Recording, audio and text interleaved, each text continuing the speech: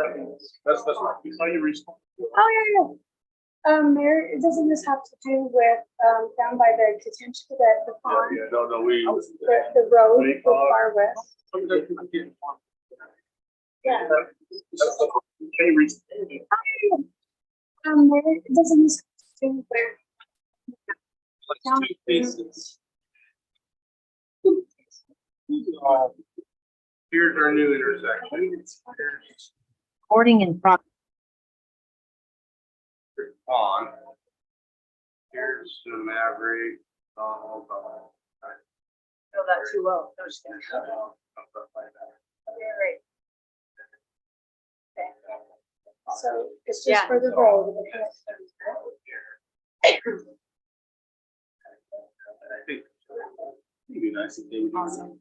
Like, Awesome. that's why we're partnering. This is all there. What is it without even knowing?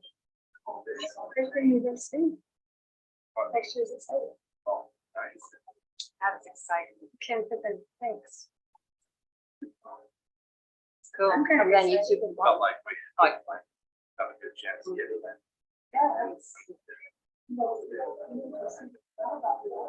Which road is that? Down by,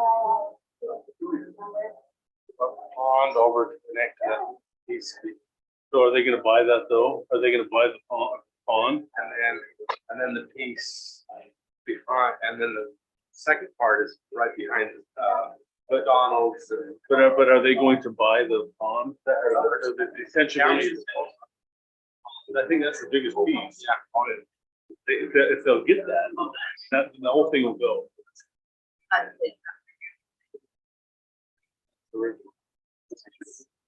Well, we don't forget.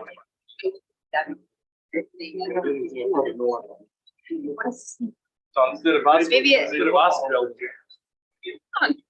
Like they did. And it should down. He was in my MPA for. 2 minutes.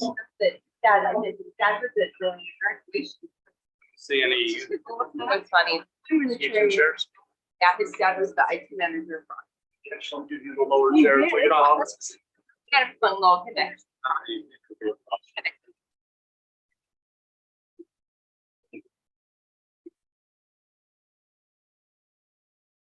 Actually, we're the county's top. Part of the county over.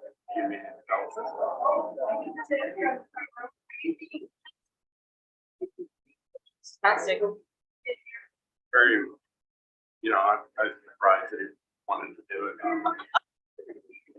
Overcall. Like, I love it. I think somebody I love this. Oh, We need balance. balance. Right, exactly.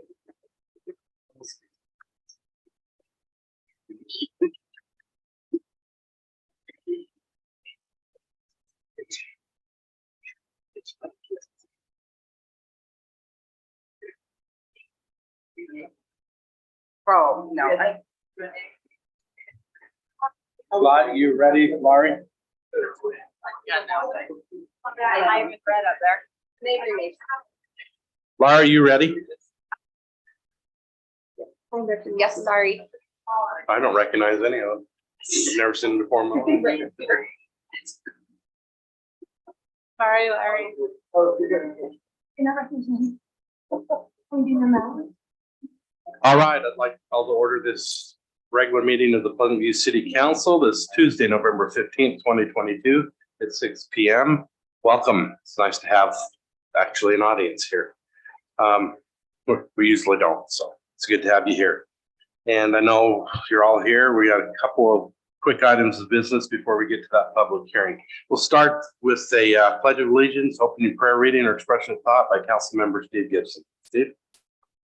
Will the audience please rise and repeat the pledge of allegiance after me.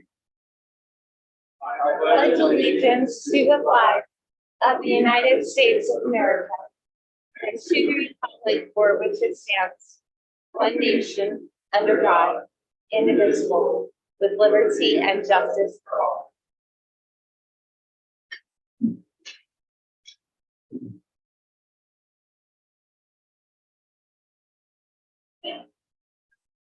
Our Heavenly Father, we're indeed thankful for this opportunity to help you represent the city today, and we ask that the Spirit be here, the spirit of contention and disharmony will not be present today. Help us to be able to discuss the things and come to the best solution for the city. We're thankful for the firefighters and police officers that help protect and run towards issues with the city. Please be with them and protect them. Help the residents of the city to come together. This could be a great place for us to be, and we're thankful that we can be here. Help us as we leave today, that we'll travel with safety and safety in Jesus Christ. Thank you, Steve. I'd like to recognize our new youth city council members here that are representing the youth city council. Court Henderson, Spencer Barlow, and Jace Montano. Did I get that right? Did I slaughter any of those names? Awesome. Good to have you here. Appreciate all you do. It's wonderful when our youth get involved, and I hope you stay involved all your life. Item 1B is declaration of conflicts of interest. Has the council reviewed, and are there any conflicts? Seeing none, we'll move to 1C, public comments or questions for the mayor and council. Anybody wish to address the mayor or council on items that's not on?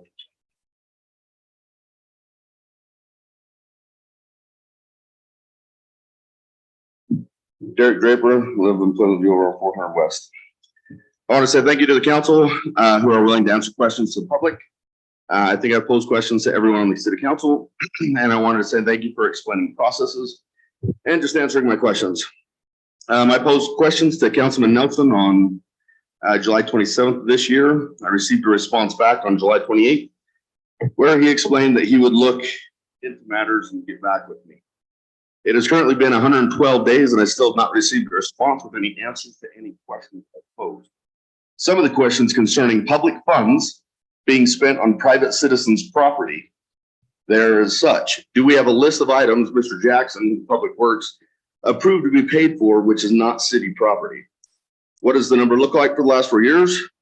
And why was the July 13th, 2021 council meeting, item number 4, written how it was? He wanted money to pay for a resident's property, not city property.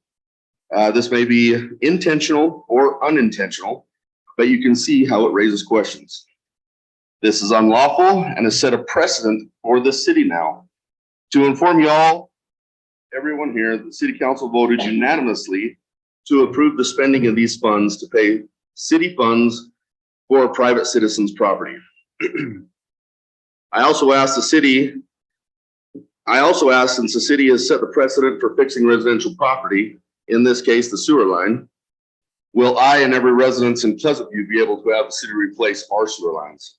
I had requested the city fix my sewer line in writing in July 2022 and still have not heard a response back. Councilwoman Nelson replied back to me advising me he is not the city's attorney, nor my attorney, so he could not answer specific legal questions for me. My question is, since Councilman Nelson ran to become a councilman and promoted the fact that his profession is in the legal field, he can only give me an answer that I should contact the city attorney. I understand you're not the city attorney, but you could pose questions to the city attorney, I believe. I find this strange, since if you actually cared about the city and not having the city lose money, or possibly the city had made a mistake, you would actually look into it and try to resolve the matter. I know Councilman Nelson made changes in the language on the dog ordinance. Was that him using his legal background? He will use his legal background to invoke laws on the public, but will not use his experience to assist the city to prevent from being sued. I would think if you're a councilman, you would hopefully want what is best for the city. And if you saw something wrong or was made aware of wrongdoing, you would try to fix it. Anybody else? Okay, item 2 is the consent items, minutes of November 1st, 2022, November 3rd, 2022, and August 22nd, 2022.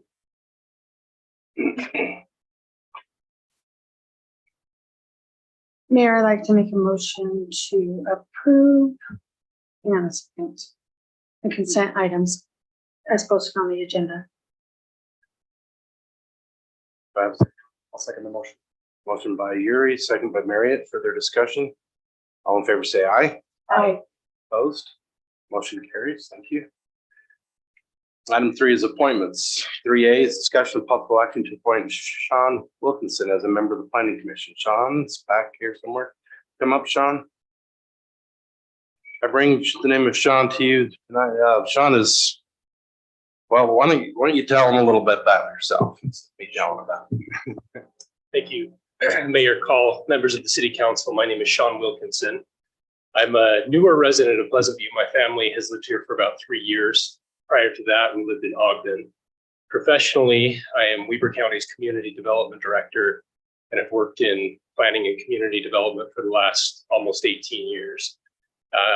Happy to serve on the Planning Commission. Hope that I can lend some expertise. I deal with this all day, every day, and want to be involved in the community. So I just appreciate your consideration, and I'm happy to answer any questions. Any questions for Sean? No, we're excited to have you. Thanks for being willing. Thank you. You see any conflict with that at all, or any concerns? No, I deal with the unincorporated areas of the county. If there ever is anything that crosses over with Pleasant View City, I would certainly recuse myself and avoid any conflict of interest. Mayor, I can't recommend Sean enough. He has been, Me neither. not only is he a good friend, but he has been very responsive, very articulate, and he's one of the most outstanding people I know. So I would love to make a recommendation to appoint Sean Wilkinson as a member of the planning commission. I'll second that. Okay, motion by Councilmember Yuri, second by Gibson. Further discussion? All in favor, say aye. Aye. Opposed? Motion carries. Thank you. Hey, item 3B, discussion of possible action to appoint Brandon Bell as the records officer for planning and zone. Amy? Absolutely. We are thrilled to have our new planner here, Brandon Bell, this evening. Sorry, we're kind of out of table space, but really excited to have him over here. And this item for consideration is that formal approval, having him as our records officer for planning and zoning and allowing him to post the and retain the records and manage those. That's also very important. Kind of a housekeeping thing. All right, any questions? Not an entertain a motion? Make a motion that we appoint Brandon Bell to the records officer for planning and zoning. Second that motion. Motion by Arrington, second by Yuri. Further discussion?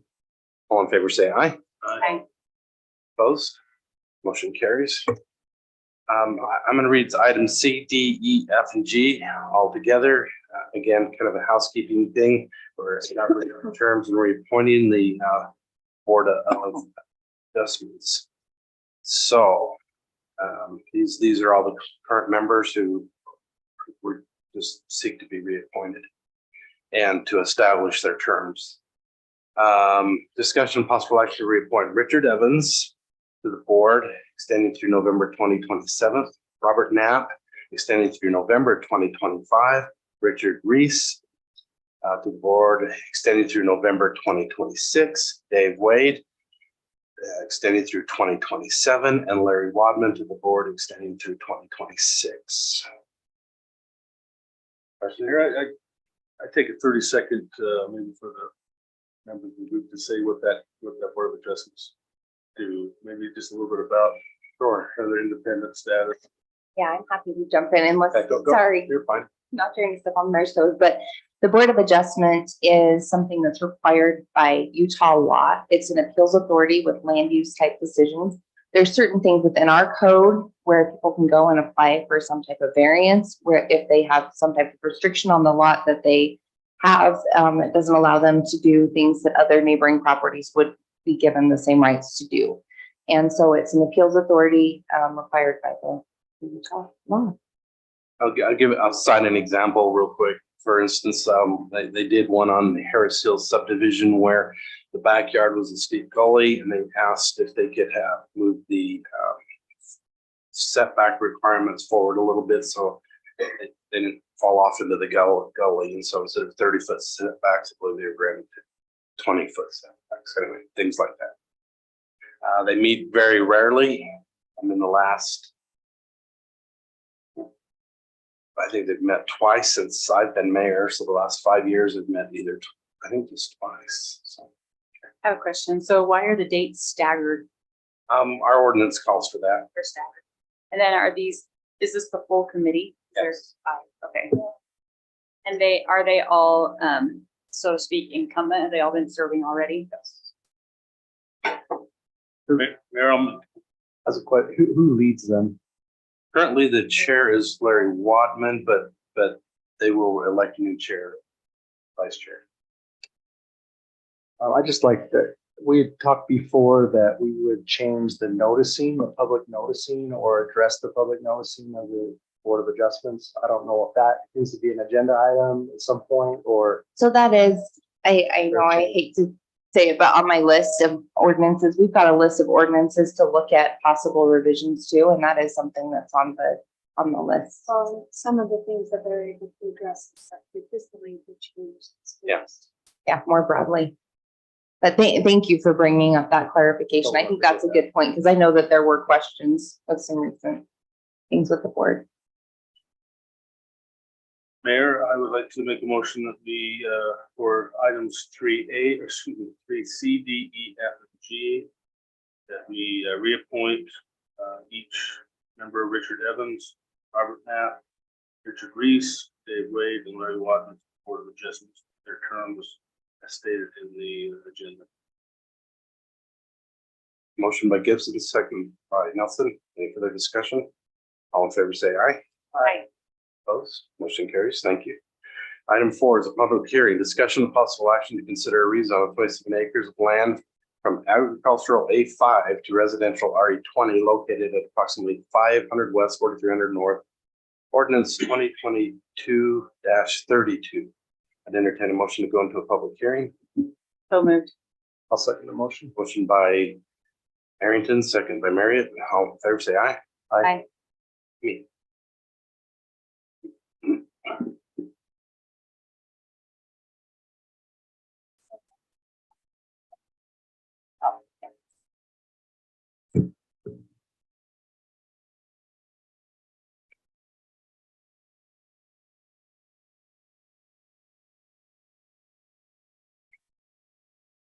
Perfect. So the item before you this evening is a consideration of a planning commission recommendation for a rezone of property located at 500 west, 4300 north. The parcels indicated in the memo. And the proposal is to rezone from agriculture A5 to residential RE20. The difference in the density being 5-acre lots to half-acre lots. And so that is what's before the City Council for consideration this evening. The Planning Commission reviewed this during its October 20th meeting and provided a recommendation of denial regarding this, made with a 6-1 vote, citing the city's general plan map and general plan language referencing rural residential and very low residential. There was a commissioner who recommended denial of the recommendation, or recommended against the recommendation. I'm getting, who voted against it and did not state the reasoning. That was Commissioner Stoke. So with that, in looking at this with the city's review, and in accordance with the city code, the Planning Commission and City Council review these, any type of request for a rezone based on the merits and compatibility of the proposed project within the general plan, the surrounding land uses, and then the impact on surrounding area. So in looking at the general plan, and the general plan is intended to reflect the public sentiment, the general plan process is intentionally involving and engaging the public to try to capture that as best we can, and to look at how we'd like to have future development. Although this is an important document for the future, it is not legally binding. So there's no requirement that the City Council or Planning Commission move forward with the recommendations within the plan. However, in looking at the item and the proposal before you this evening, the plan is inconclusive. And so there's two different things within the plan relative to this. One of them is some language that's included in the plan, but then also the map, and I'll kind of go into the detail with that. So with regards to adequate public facilities, one of the things the general plan cites is ensuring adequate water resource availability, sensitive lands, promoting and preserving the foothills. And then also in residential land uses, there's two areas that cite the property and reference a higher density than is currently provided. And the map that is utilized in the general plan has this listed as A5. And with that, that map is utilized for our capital facilities planning, and the cities use that in various other ways. So something to consider there. With regards to public comment, the city has received dozens of public comments on this proposal. The majority of residents that have reached out are recommending denial. But if you have reached out expressing their support for the rezone, and all of the comments that have been received to date up until 5:15 this evening, I haven't checked my email since then, have been forwarded on to you all for your consideration and review. That's something we really want to maintain the integrity of the process as best we can. And just with regards to this land, historically, this item has come before the city council and planning commission for a similar request for the rezone from A5 to RE20. I know we've had a lot of questions from the public why we continue to entertain the same proposal coming forward.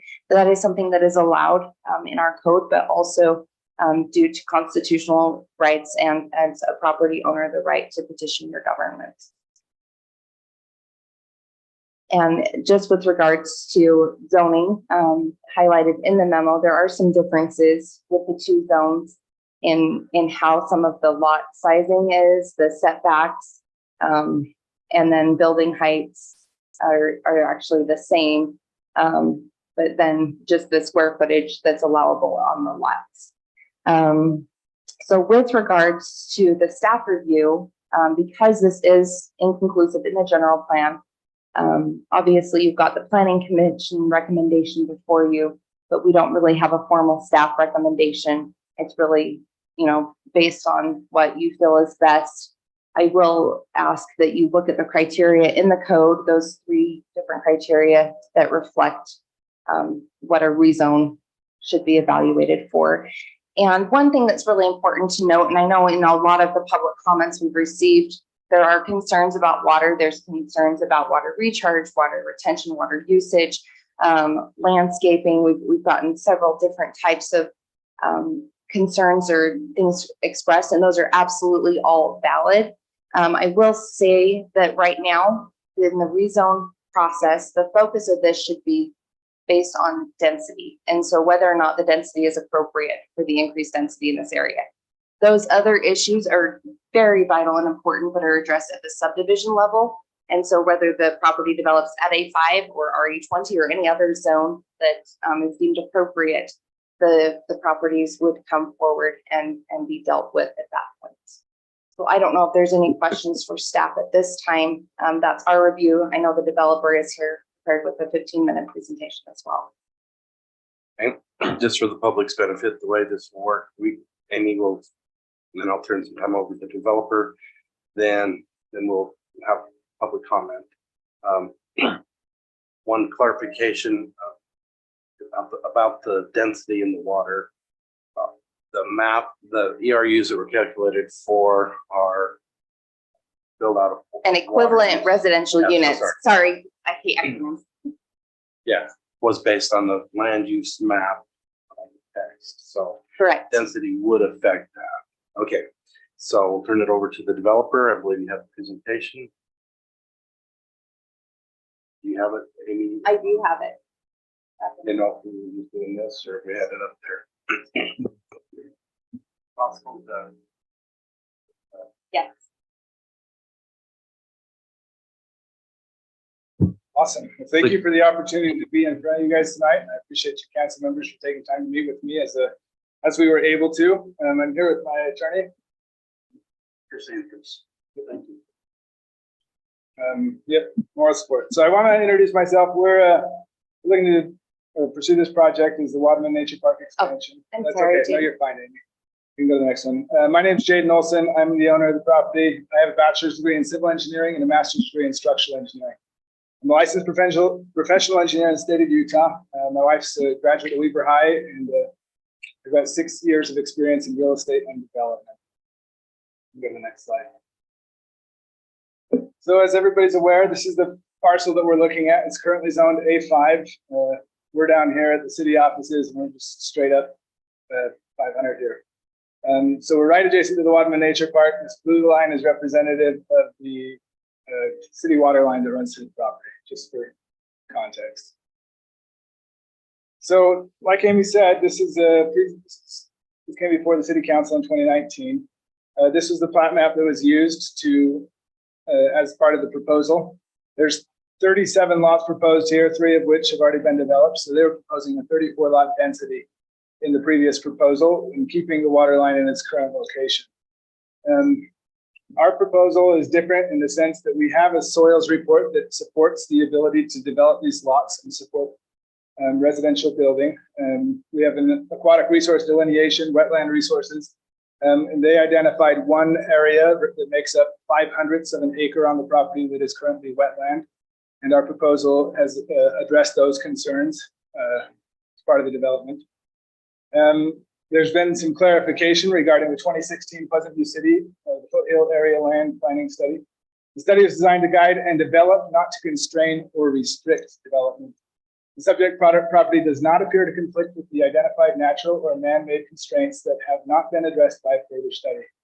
In our proposed lot, like I said, we're proposing 19 lots, whereas previously there were 37 lots that were proposed on this property. We can go to the next slide, Amy. Thank you. So this is showing just a highlight of where those soils studies were done. We did 10 test pits on the property. All of them came back as approved to build upon the recommendations from the soils engineer. This is the location for the infiltration test. I just want to highlight the importance of infiltration in these types of developments. This infiltration has a rate of 11.5 minutes per inch, which if you know anything about retention ponds and getting water back into the ground, that's a really good rate. It's not uncommon to see those rates upwards of 45 minutes to get an inch of water into the ground. So the soil is very receptive. And I know that we've talked about this being a recharge zone, but all of the studies that we've done suggest that this could be a great location to have a retention pond so that as we collect the water, it all goes back in the ground site. And if you see here on this other map, this is the location of the wetlands representing 5/100ths of an acre. So it's a very small portion of this property. So this is our current proposal. I want to highlight a few things regarding this parcel. We have a will serve letter from Pineview Water Systems that runs. They've stated to us, and I want to emphasize this piece, that secondary water can be provided to this parcel to everything south of 4575, which is the furthest north piece of this property, this parcel that we're proposing development. And I think this is a really important distinguishing factor that separates the A5 agricultural to the north and the RA20 zoning that we're requesting to the south. This secondary water is something that people can go out and buy. When you're talking about watering 5-acre parcels with secondary water, that's a much bigger water consumption rate than having half-acre homes on this part of the property.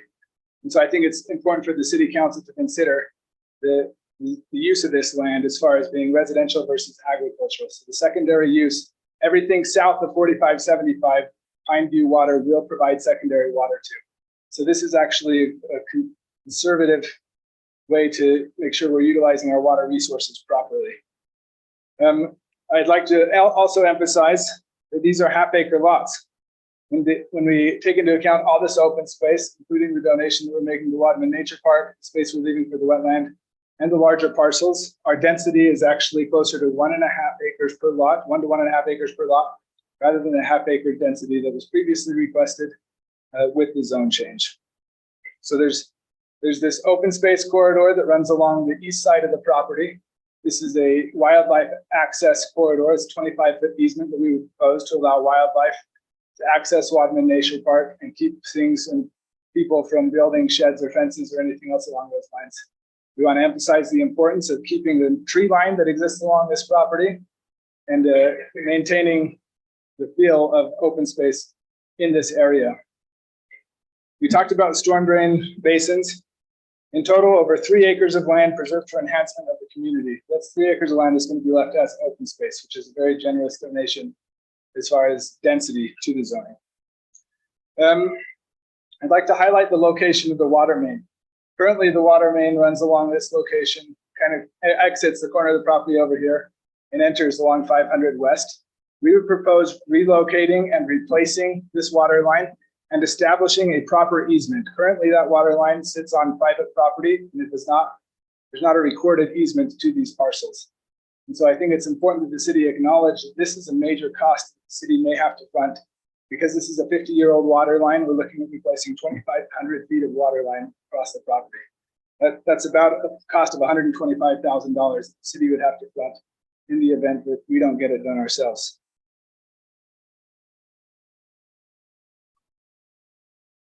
Yeah, and that would be something that we're willing to pay as part of our development cost, is to relocate that water line. We would establish the proper easement that's currently encumbering the lots. Anything we should add on that? Okay. So current zoning requires 5-acre parcels. And the location of the current water line does not allow for 5-acre parcels that are actually usable. We'd have to jigsaw these pieces together. And the 1/2-acre parcels without relocating the water line, 2-acre parcels without relocating the water line would be very challenging as well, as far as getting the proper drainage and everything we need to the area. So 5-acre parcels are really not going to work for this piece effectively. Not to mention all the use of secondary water becoming hobby farms and all the rest of that.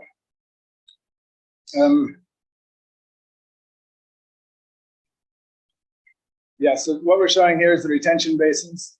This is at the location of the infiltration site. Again, this is a water surcharge zone, but we are putting all the water on the property, plus the additional secondary water that we're purchasing shares from Pine View Water into the ground using these recharge basin retention ponds. There's one down here at the bottom and one here at the midpoint. We're mindful of the location of the development and not just trying to cram as many lots in as we can. We also see this as a well-placed zoning transition point. There's RE20 to the east, RE20 to the south. There's A2 agricultural over here in the corner, and jigsawed A5 over here that is currently under variance and not meeting current requirements to the west of the property over here. So this acts as a good transition zone, moving from RE20 to the open space A5 zone that's currently there in the city.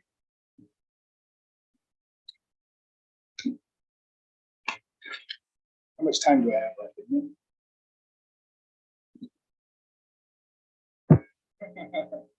No, that's all right. I'll take the time I need then. How's that? Thanks. Within reason. You bet. So again, there's no easement of the existing water line.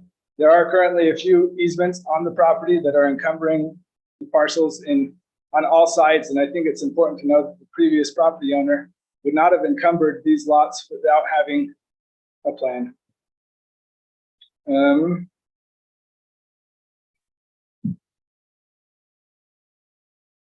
Aspects of the current general plan, as Amy highlighted, are ambiguous. There's discrepancies between the plat map and the general plan in several locations. One specific reference is that everything east of 500 West can be developed to 1/2-acre lots. And so our proposal fits within those plans, except for lots 1 and 2. Everything else is east of 500 West.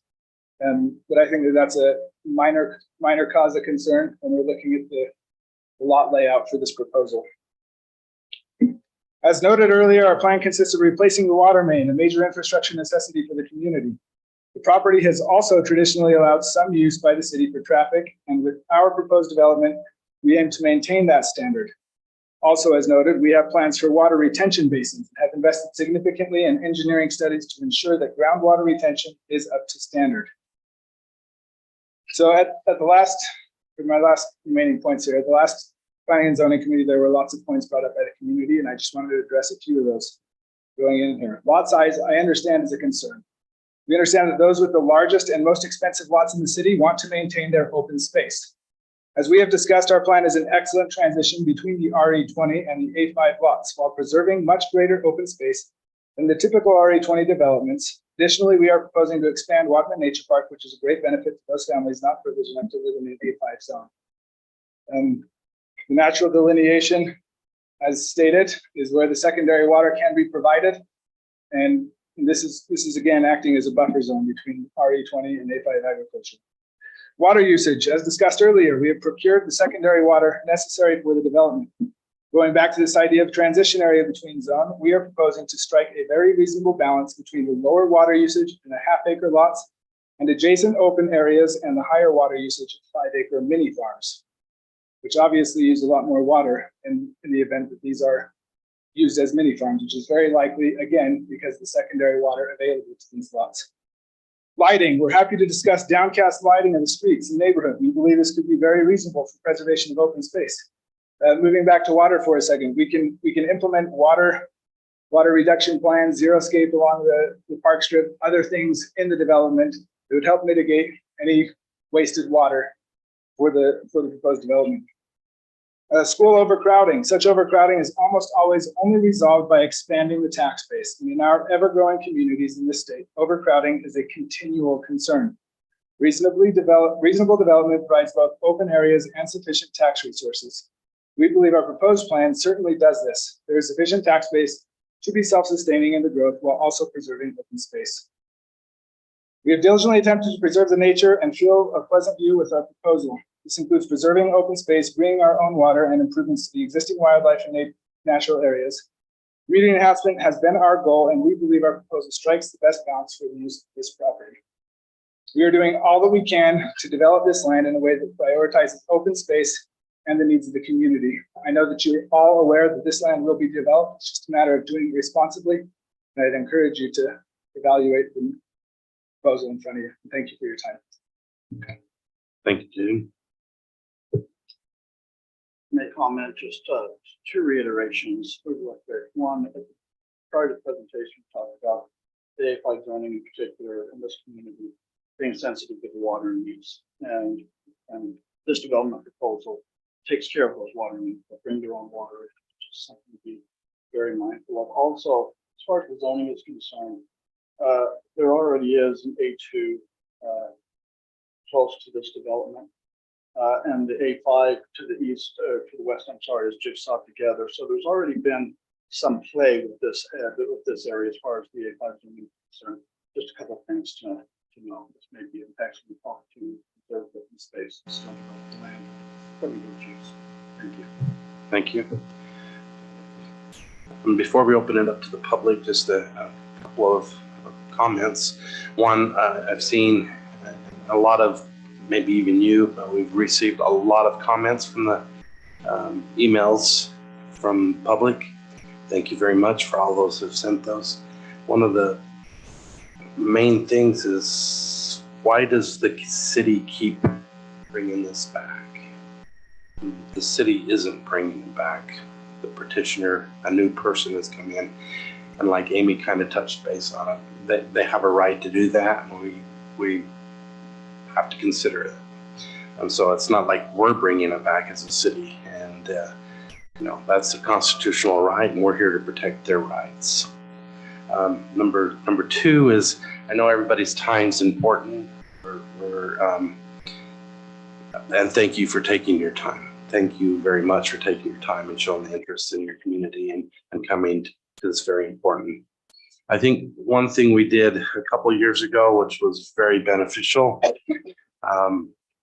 we kind of had a spokesman, somebody that come in and talked first, and then I basically said, everybody agrees with that, please stand up, so we could take note. And then we went, and I think we had 2 or 3 people to cover couple things that the first person might have missed until we got to a point where everything had been set basically without every single person kind of having to repeat. That worked out very well. Everybody has a right to speak to them. But, it's just, like I said, if you each take 3 minutes, you might be here for a long, long time. We're here every other week for a long, long time. So, but like I said, I know all of you are important things, and sometimes less is more. I was told that by a judge once when I was presenting a case, my own case, my own attorney, and I had so much evidence and stuff. He just kind of stopped and said, "I'm ready to rule in your favor." So, and afterwards he just said, "Sorry, but something you need to know, sometimes less is more." So that's always stuck with me because I was only 21 at the time. So,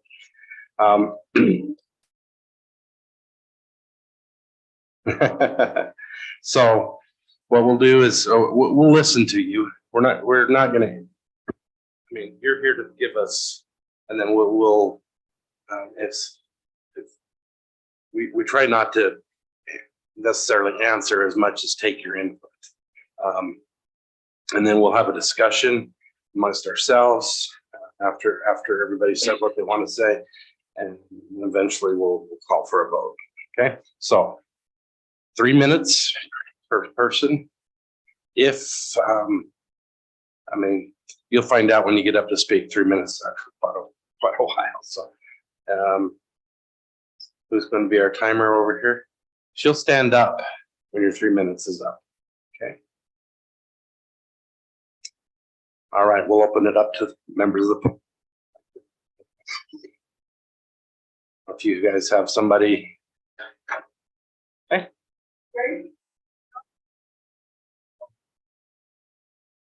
And please state your name and your address. So Charlotte Christopher, 4244 North, 500 West. I haven't agreed, but I want to ask, what are they going to do with parcel 19A? That's a big chunk of land, and they aren't talking about it. And as far as Pine View providing the water up there, sure they can. How many of you have noticed that every year the water pressure in the secondary water is less? I have lived here since 1977, and I've had to change my water system because what was in there to begin with doesn't cover it now, but I know that's part of my community. I do not oppose the current owner's right to develop this land as long as it stays within what has been planned, which is our A5. And I have studied it, and there's a lot of questions about some of the land maps and some of the questions about the wording, which is correct. I hope the city corrects that. Then said that they are going to. But I am asking you as members of the city council to deny this recommendation. Yes, they are saying a very good plan. However, I still do not believe that it's the best plan for use for that property. I believe the vision that most of the citizens have expressed in the past, and again this time, would be one, maintain the water resources that we currently have. And I'm concerned about the plan being considered sensitivity.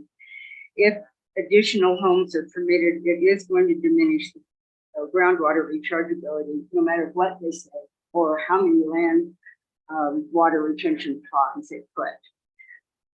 We've all been asked to conserve our water usage on land and on pond. We would like to continue to measure and keep control of the number of homes in this sensitive area. And just because you're doing that, you're not denying citizens the right to build in there. They just need to meet the current A zoning. We want you to continue, and we're grateful that you do maintain the safety and well-being of our city. But we do have some dangerous intersections, and I can guarantee you that that intersection is going to be up there at 500 West and 4300. It's going to be one of those dangerous conditions. And when I worked at IRS, they would not put a light in unless somebody died. I would hate to have somebody because you die because we don't have the correct signaling. The other one that I am concerned about is the Water and Nature Park. My family loves the legacy of that park, and I take walks up there frequently. And I appreciate the time that the city has put in developing that, as well as individuals have done much to do that. Hey, Charlotte, you need to wrap it up. Time is up. Yep. Okay, well, here you go. Oh, that was a wrap up. All those that support Charlotte and what she commented on, will you please? Okay. Thank you. Next. Name is Jerry Erickson. I live up here at 3767 North on 500 West, so I'm right on 500. Two big concerns that I have has to do with the amount of water. The ponds recharge quickly. What happens to all of us downstream from that? My understanding is from the city when we bought our property was that was very sensitive area up there with those natural springs. We don't want them to be disturbed because the homes downstream from that could get flooded or flooded basements. If that's the case, then I'm adamantly opposed to the idea of having further development or disturbance to those natural springs. Second thing, it has to do with being on 500 West. There's been a major effort on the part of the city to cut back on the traffic. We finally did get cut back on the traffic with the purchases and the Staker parcel with the quarry up there. We don't want to go ahead and add more homes up there, particularly big homes. They're going to have a lot of traffic. This past winter, I had the mailbox in the front of the house taken out. I put some of this traffic coming down there on that slick road. There were several other mailboxes and utilities that were taken out on 500 West, several accidents. And it's because of the fact that it's a steep hill. It's a steep hill. It's been our understanding that the 4300 would be the top of the city and we wouldn't be getting further traffic down there. Now we're proposing to have a number of homes, pretty expensive homes, which generally means several vehicles per property. And so we're going to get a significant increase. And it's all going to come down on 500 West. So I would be very much interested in denying anything that's going to increase the amount of traffic that's going to be on that 500 West. Actually, or 800 or 10th West or 11, because all four of those are the ones that are going to bring the traffic down. Thank you very much. Jerry. Those that support Jerry, please stand. Thank you very much.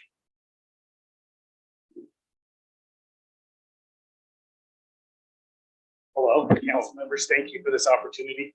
I think it's great that developer even has this opportunity to petition again. I'm very much against it. I have. Please state your name. I'm sorry. My name is Craig Mock. I live at 4283 North West Pleasant View, right by the fire station. So I've been affected personally. I had a spring in my backyard that has dried up since they put in the fire station and the road. So I can tell you that maybe some of your water things that you looked up are probably not that accurate or that thorough. So furthermore, if you listen to the community, there's a far echo that a lot of people don't want this to happen. So I think some of the things you proposed are actually good. So you're on the right track, maybe, but you need more buy-in from the community. You need to do more for the community, I think, in order for this to go through. So I think you are wasting a lot of people's time. I thank you guys for your time then. And I'm done. Thanks.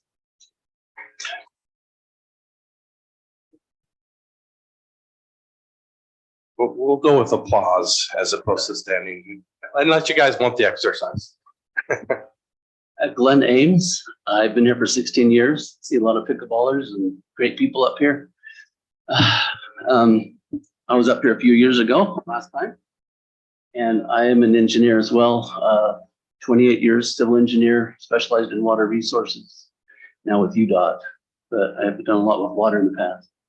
And I'm looking at this, where is so these two blue things are the water retention ponds. Okay, so everything above the middle one is draining to that middle, and everything below that is draining to the other one. Okay. When the subdivision to the right or to the east of Wadman Nature Park went in 2 decades ago, the stream that goes by my house, it goes along Wadman, through Wadman Park, below it, and then it turns and then it goes through the bars and then it goes due south that stream used to have water in it. It doesn't anymore because the development went in there. And so just from historical, when we put homes in, water goes away. I need to know, do you have any pipes besides sewer pipes exiting? So just a quick clarification, we haven't gone to that level of detail because this is a rezone, not a subdivision. So this is just a concept right now. Okay, because if there are drainage pipes, storm drain pipes leaving here, then that means that water is not getting recharged.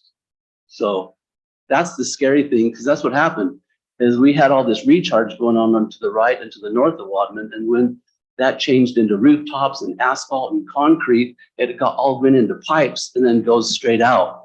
Yeah, the Salt Lake needs it, but it doesn't get an opportunity to go in the ground. So that's my caution used. Thank you, Glenn.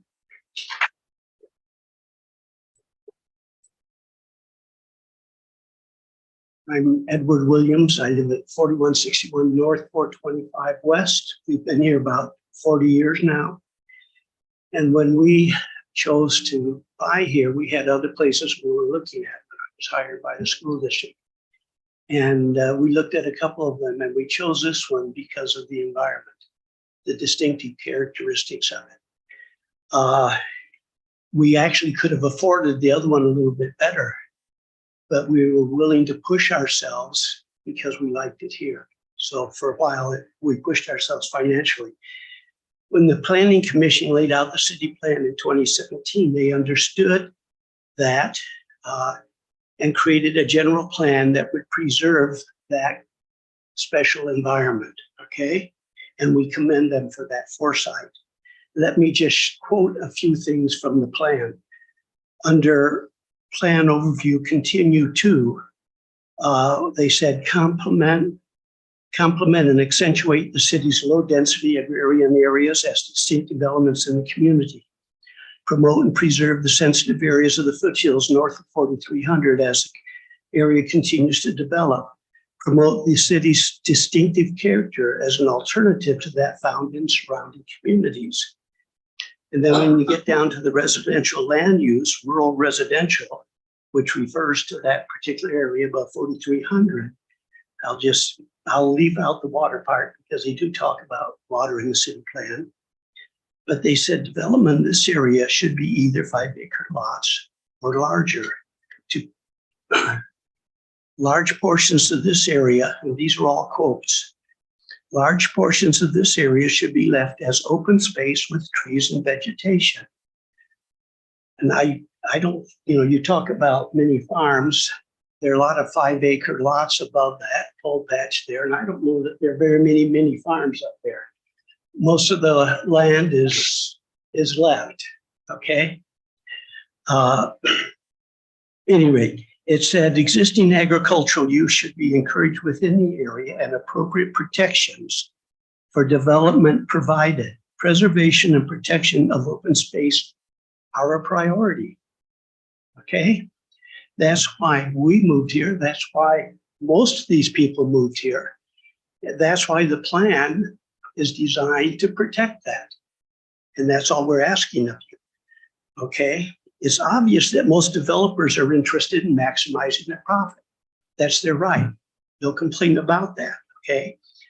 But do not delude yourselves that they're concerned about maintaining the distinctive characteristics of Pleasant View. They'll conform to the city plan only as much as they're forced to. They love to raise a cry. Your children, your grandchildren can't afford to live in your city because of the cost. I think we heard that. In the Okay, yeah. plan. Need to wrap it up. Okay, I missed you standing. Yeah. I did. You're now Sorry. You're now standing. I lady, probably and I have a didn't see. big I'm sorry. I Okay, can continue. That's- you may see, and I will wrap it up. Okay. I think the only way you get into homes like in Pleasant View is if you build equity in your homes. And when you have enough, then you can move into a nicer home in a nicer area. Or you'll go out and get a good job, or in many cases, both of you get a good job so that you can afford it, okay? I don't think we do it by building smaller lots and things. That benefits the developer, but I don't think it moves people in. I think these other things do. Thank you.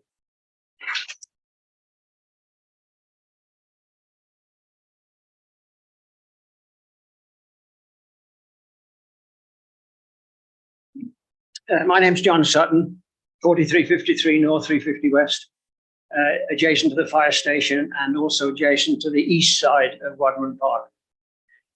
I'd like to revisit the issue that was brought up just before the fire station was built, which was outside lighting. Right now, Wadman Park is in a relatively dark area. There are a few street lights, if any. It's not a high crime area. And it provides an opportunity for people, especially the youngsters, to see a dark sky. We're raising a generation of people that have never even seen a dark sky. And when you look up, that's home. This is where we live. And it's like living all your life in a house with dirty windows and having never looked outside.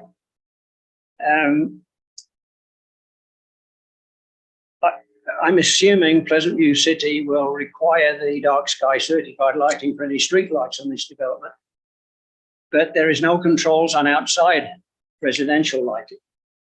And with the frenzy that's going on with LED lighting now, people can, at a relatively low cost, put in these floodlights that are extremely bright, and many of them leave them on all night long. People in this room, many people in this room live at an elevation where you can look out west and see that cluster of lights at Little Mountain, where the old Western Zirconium and Great Salt Lake Minerals facilities are. And when you stand down in the valley and look up at this proposed development, you're going to see this cluster of lights in a relatively dark background that looks totally inappropriate and out of character for the area. It's the density that I think concerns me personally. You can consider a 3-acre lot at Pole Patch. It's like having 5 extra homes on that lot, or 9 extra homes on a 5-acre lot. The density doesn't make any sense up in this area. And with all respect to the developer, he's obviously dotted his I's and crossed his T's. But I don't think that's the point. The point is this sort of density is just inappropriate for this area. And so that's all I have. Thank you. Thanks, John.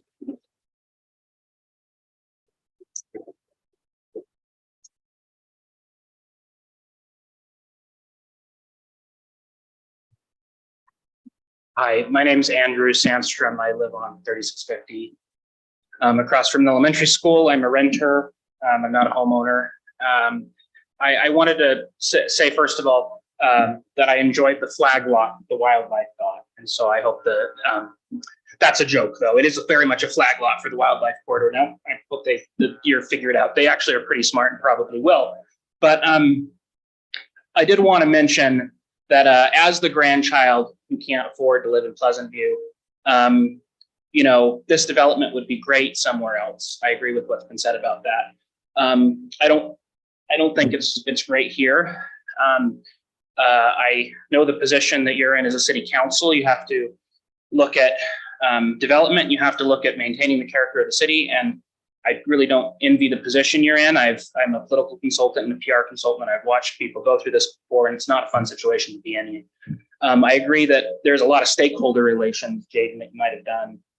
I figured out about this through the state, the .gov website yesterday when the plan for this meeting was. I get that newsletter. This when you submit a program, I automatically get it in my inbox, and that's how I figured out about this. I've seen other developments where there was a lot of community engagement beforehand. Look at the point of the mountain, what the state's doing there. The prison's still there, and they already have gotten public buy-in on what that's going to look like. And anyways, I just wanted to say that. And as a grandchild, you know, my grandmother bought here in the 60s. She's since passed away.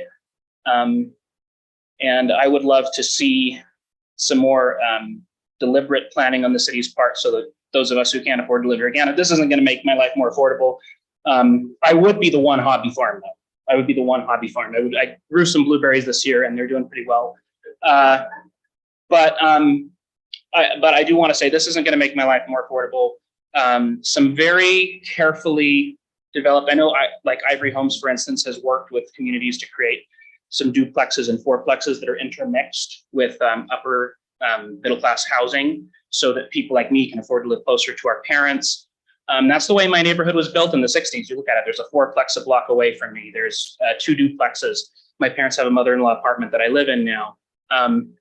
That's the sort of thing that'll make things more affordable. Some better, the sort things like the plan that you have, I think, should be honored and worked with, because that builds buy-in, that plans for the future, that makes the place beautiful. I love dark skies and hope that my 2-year-old son will grow up to see a dark sky like I do in Pleasant View. They don't have that where I moved from in Provo anymore, but we still have it here. So I just hope you'll keep all those things in mind as you make the decision on this. Thanks. Thank you, Andrew.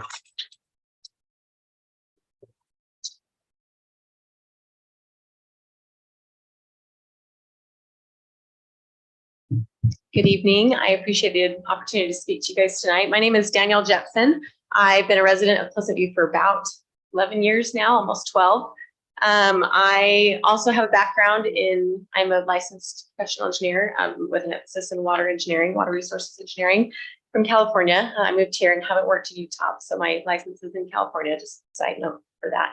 But I also have a history of this area and this designation from serving on the Planning Commission from 2013 to 2018. So I was on the Planning Commission, served with a couple of you here when this came around, whatever number of time that was back then, and prepare again. So just a couple of things. I want to just add my voice to those. I don't want to repeat too much of the things that have been said, although I do agree with the things that have been said tonight.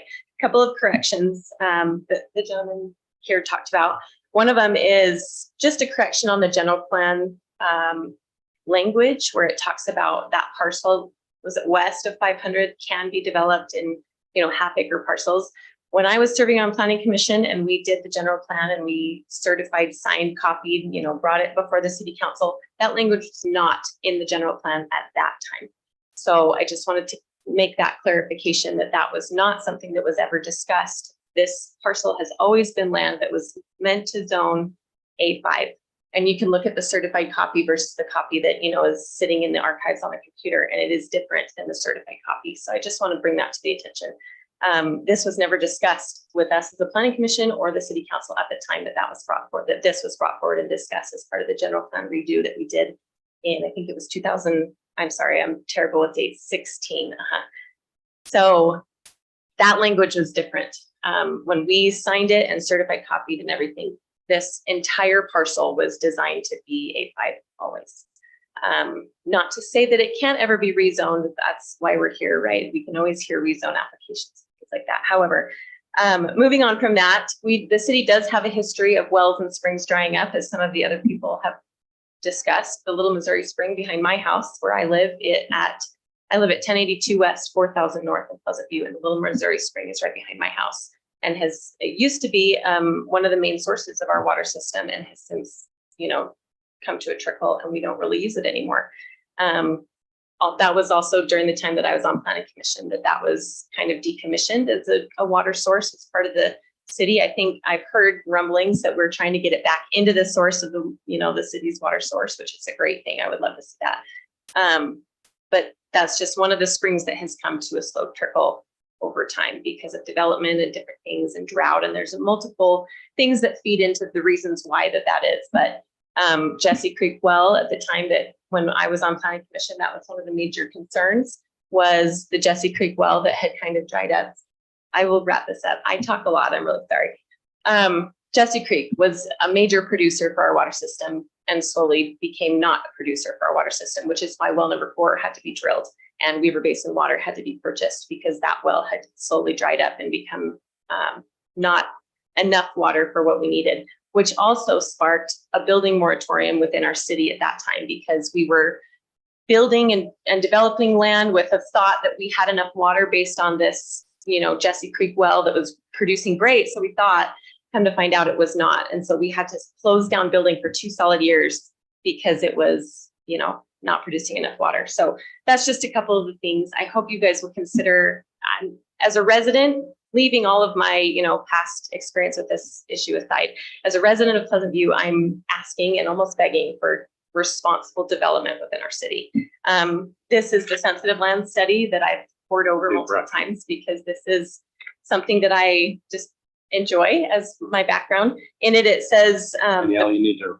yeah, okay, one last thing, just the last thing.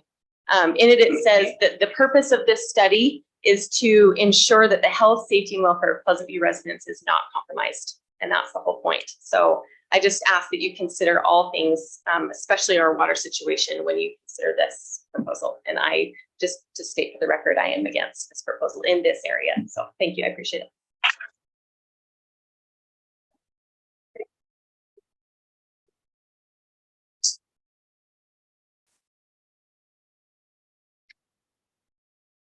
My name is Nick Bennett. I'm at 730 West, 4125 North. Been here almost 10 years. I'm a numbers guy. I work for the military, DOD, industrial engineering technician. I would like to really understand where a 5-acre mini farm and a 1/2-acre multiple houses don't take up the same amount of water.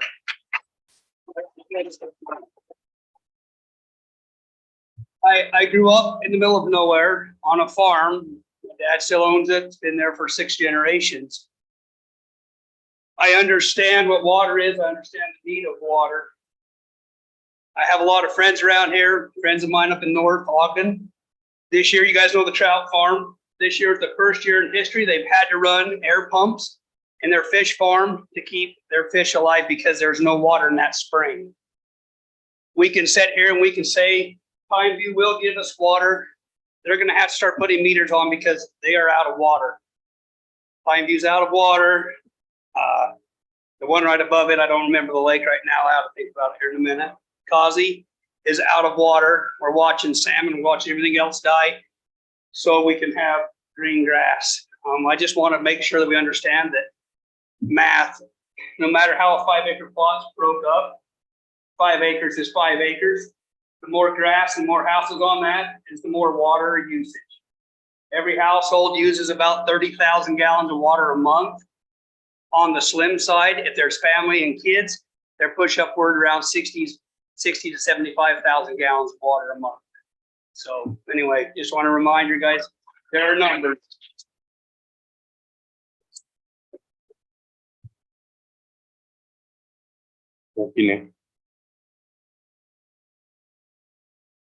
Nine Wanups, 3767 Evergreen. I actually grew up farming that field. I farmed that field for a number of years, Sonny Thompson. And so I've got fond memories working there. And I can tell you, as a landscaper, I got into business because I saw the farmers struggle. And that is true. 5-acre lots are not totally irrigated. 1/2-acre lots are nearly entirely irrigated.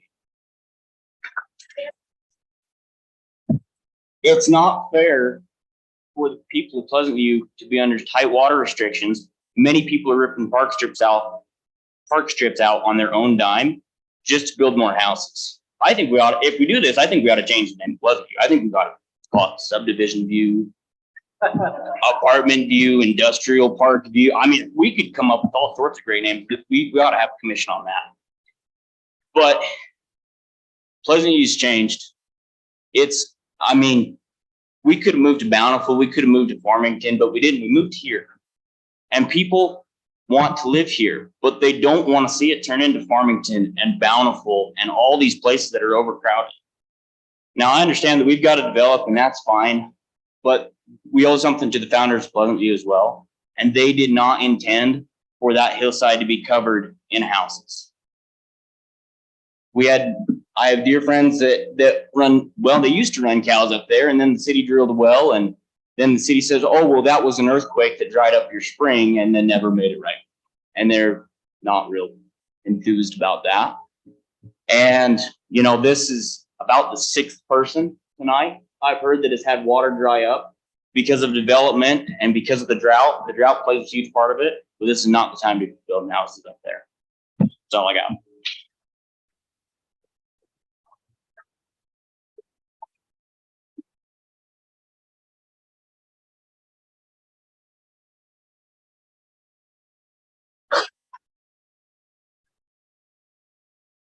Jeff Clark, North Colfax Drive. Hi, everyone. How are you? Excuse me. Just a couple of thoughts. I think that one thing I was really good at in my business was listening to people and interpreting what was really being said. And I think that when you developers want to develop, I understand, and they're often not actually the property owner. They just show up and tell the property owner, if we can get this plan through, then we'll buy the property from you. I've been a party to that multiple times where it never quite works out right, except ultimately for the developer. I've learned that affordability in housing tends to mean a loss of value to everybody's existing homes.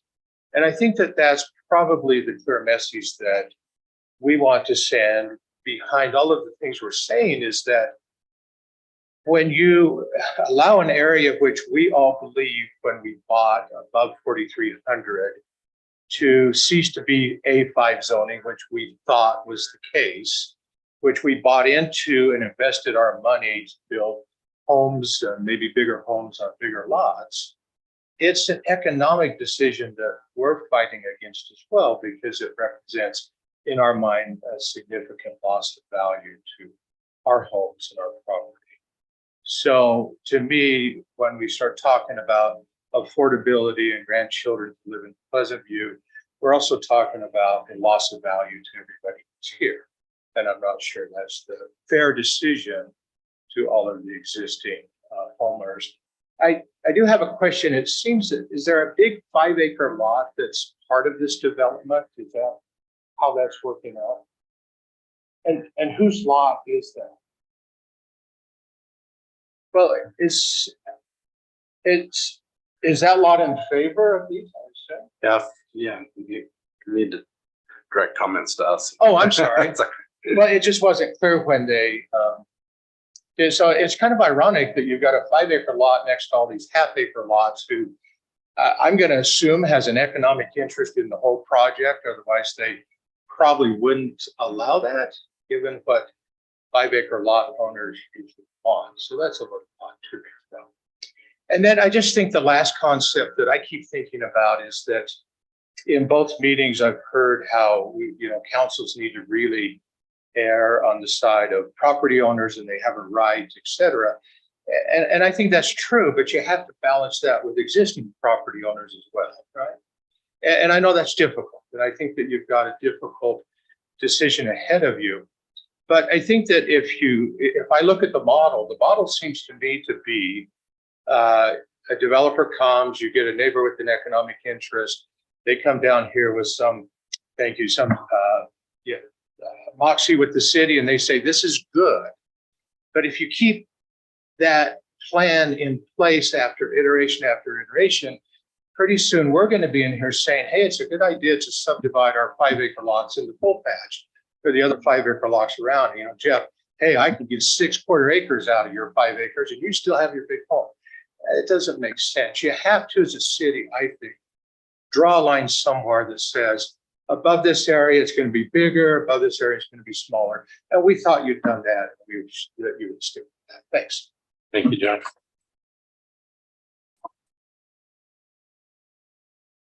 Thanks, Andy.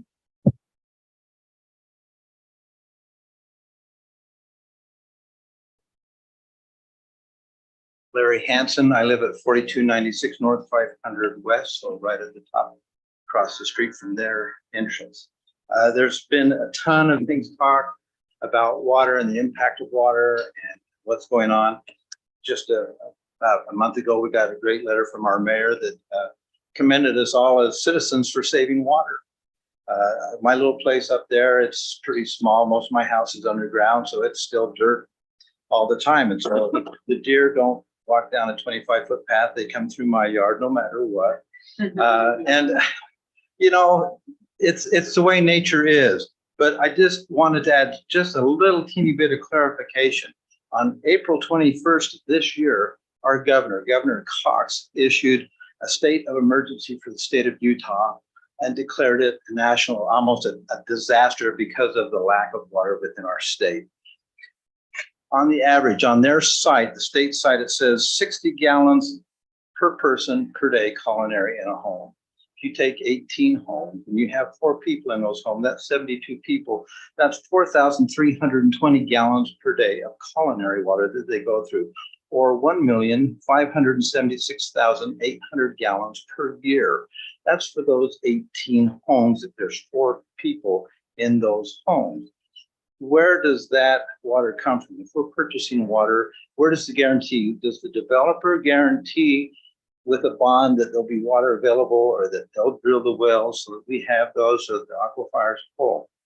If you take a 21,780 square foot half acre lot and you only put 2,000 square feet of that into sod or lawn, it says that it takes around 135 gallons per year to keep 1 square foot of sod alive and growing and looking good. So if you take that and times that out by those many people, that's 4,860,000 gallons of secondary water per year. So a total of over 6 million gallons of water for 18 lots. The farm does not use that many gallons in any form. Naturally, I'm against the proposal. I like the 5 acre lot that's there, and I hope as a city and as a council, you look at the facts and the figures. We appreciate what you guys do, especially for the huge amount of money you make doing this, and look at the future of the city, and that the developers can go back and look at something that really is feasible, accurate, and works well. And with that, I appreciate it, and you're all invited up to watch the Christmas show at our house. It starts in about 3 weeks.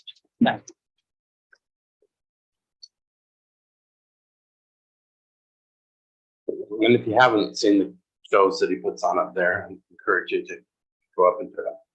My grandkids drag me up there every other night. So. All right.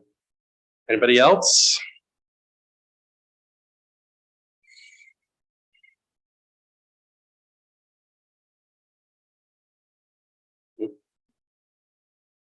Della Morgan. I live at 4247 North, 425 West. And I'm actually here for my neighbors that live in the cul-de-sac. I have been here 30 years, so don't ask me what their address is. I don't know. But they do not even have a sprinkling system in. Because before we started all this construction on 4300, they could water their lawn with the available water that was coming from the groundwater, front and back. And he also had a small fish pond that created itself. In the meantime, he used to have pigeons that he took care of, but he's had a horrible heart attack and he hasn't been able to recover. But now that pond is empty and he has nothing. And I just told him I would tell you guys about it. Thank you. No.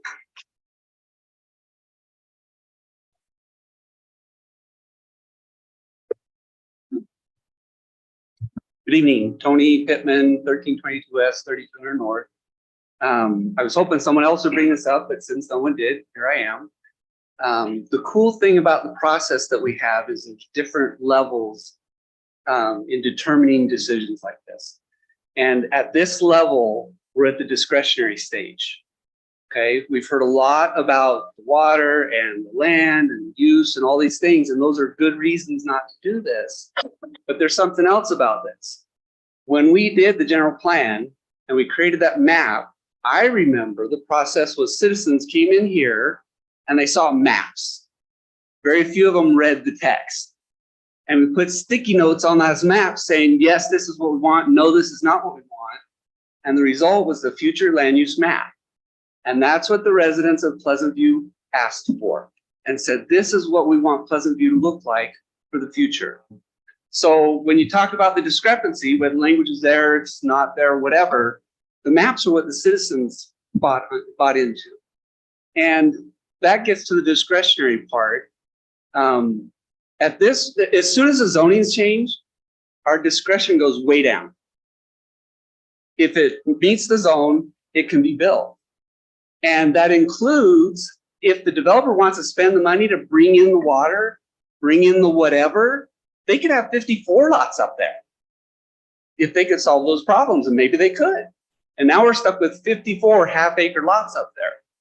So once the zoning changes, all bets are off. You talk about the planning process you'll go through and the restrictions that will exist. If they can be overcome, you get half acre lots and there's nothing you can do about it. At this stage, you get to decide. The planning commission said, here's what the residents are saying. Us tonight, this is what we're saying. Future land use map, this is what we're saying. And it's up to your discretion at this point to either follow the citizens or go against them. Thank you.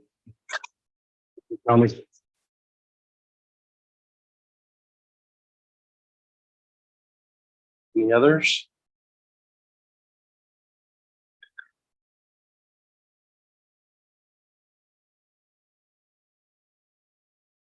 My name's Jan Blackburn. My land actually abuts this land at the very, very top. I live on 6.5 acres and I share a well with my neighbor that we use to water. I water grass right around my house, not 6.5 acres. Do not water 6.5 acres. And if the water goes out in Pleasant View, my house is the first to lose water. And maybe you've never had that experience, but I've had it a lot. My water goes off. I call the city. They send someone up. And they say, thank you for calling because you're a warning to all the others that can lose water below you. I realize how high up I am and they're pumping water to me. But Tyson actually came to my house, measured the pressure of water that's coming out of my faucet. And he said, you're barely making the minimum that's required for the city. So with all those houses below me, water pumping up to them, where am I going to be? I mean, I'm just on the low end already because I'm the very first person to lose water. Whether it's they're changing the thing to a different reservoir or they've got a pipe problem or something breaks, I'm the first house that doesn't have water. And I know what that feels like. And I don't want that to happen with all of these homes going in. Thank you. Thank you, John.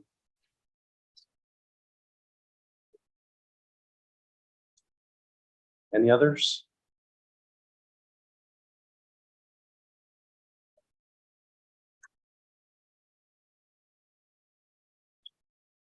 My name's Dennis Farr, 4275 North 500 West.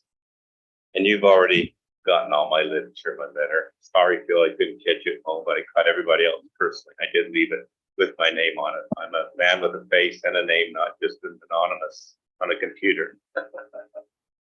I think the things that have been spoken here today have been spoken fairly eloquently. I don't have a whole lot to add. There's two things that I want to suggest. Number one, while beautifully done, in the end, the packaging is different than the last 3 times I've been down here, but the request is the same. Change the zoning. Once you change the zoning, all bets are off. They can do whatever they want on a half-acre lot.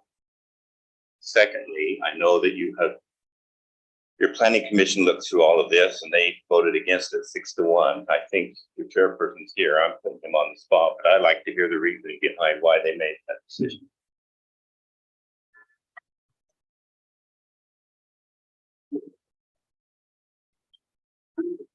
Anybody else? Mayor, I'd like to make a motion that we close the public hearing. I'll second that motion. And by Marriott, second by Yuri, all in favor say aye. Aye. Mayor, I'd like to make a motion to deny the rezone request on 500 West and 4300 North from A5 to RE. I have a motion on the floor. I have a second. Second. And Motion by Yuri, second by Harrington. Further discussion? Just- Amy? I'm so sorry, one comment, and I failed to include this in my initial presentation. Part of the planning commission recommendation was denial with an amendment to the general plan to clean it up for the future. So I'm so sorry. No, that's fine. I'd like to amend my motion to add the amendment to the general. Sorry, I'll continue with the second. Discussion? Yeah, I'd just like to say I really appreciate all the public comment and the attendance here tonight and all the emails and the interest in it. It's just really helpful to go through this. I think one of the other things that we haven't really talked about tonight is as soon as this zoning changes, there will be multiple people wanting to change the zoning to the west and to the north of there. And we really don't have infrastructure from roads or water. And the list goes on and on of what we don't have in place to support that. And I just don't think we can change that zoning without expecting additional zoning changes all across the north part of Pleasant View. That's, I think, my biggest point of why I'm against this. So. Any other comments? Yeah. Can you, Yes. So I'm got the natural proclivity to be the most pro-development. Everybody knows that. And I've got, I think, the most comments from people, which is fine. And I want to clarify, the public comments are very good. So a lot of friends in this room. If I disagree about something, Ronald Reagan said, government's the vehicle and people are the drivers. And I think that's correct. And I think I can differentiate my opinion. But the biggest concern I have when I look at the map of where this parcel is located and the current zoning, it's been presented as if the existing plan, as if the general plan is crystal clear. This is A5. And I'm actually really concerned about Danielle's comments that if there was some sort of changing the general plan language, because the general plan language says everything north of 4300 should be A5, except that parcel that is east of 500 west. Well, that's the green line right there. I believe it says mid. Yeah, you're assuming that 500 Well, West goes straight, but we have no master roads Totally. plan. So there is the chance. 500 West is the straightest road that I think has ever been made up until now. It goes to true north. It's straight up the hill. It could take a right-hand turn and go through Wadena Nature Park. But assuming that I'm a developer and I'm coming to the city, I'm looking at the general plan, and I understand the land use map says, the map itself says that's A5. The language says the exact opposite. And so that's an issue we need to clean up, which is why I'm glad we amended that. Directly to the west, we've got A2 property, and this is my bigger issue. We call this A5 agricultural zone. And a lot of the comments have been, want to preserve the agricultural nature, the rural nature. When I moved here, it was farm, and I want to preserve that. You cannot do virtually any farming activity in our A5 zone. He could not have a cow on that property, a single cow walking around on that property, unless it's incidental to the residential food supply of the person living there. Well, nobody's living there. There's no incidental food supply. Can't have a cow. A2 directly to the west can have a mink farm. It could have a turkey farm. And so my concern with that is we've created this A5 zone, and I don't know what it is. It's not an agriculture zone. So that's certainly not what it is. So it might be an empty field zone, and that may be the appropriate, I mean, it's definitely not agricultural. So I think we need to look at that zone and say, what is this? Are we constricting the economic viability of agriculture on property?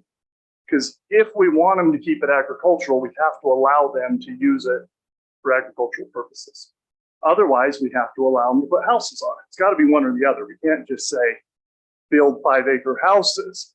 The problem I have with that is, maybe somebody can correct me, I have not seen a 5-acre residential development in the state of Utah in the last 20 years. Except for the fact that they can also cluster.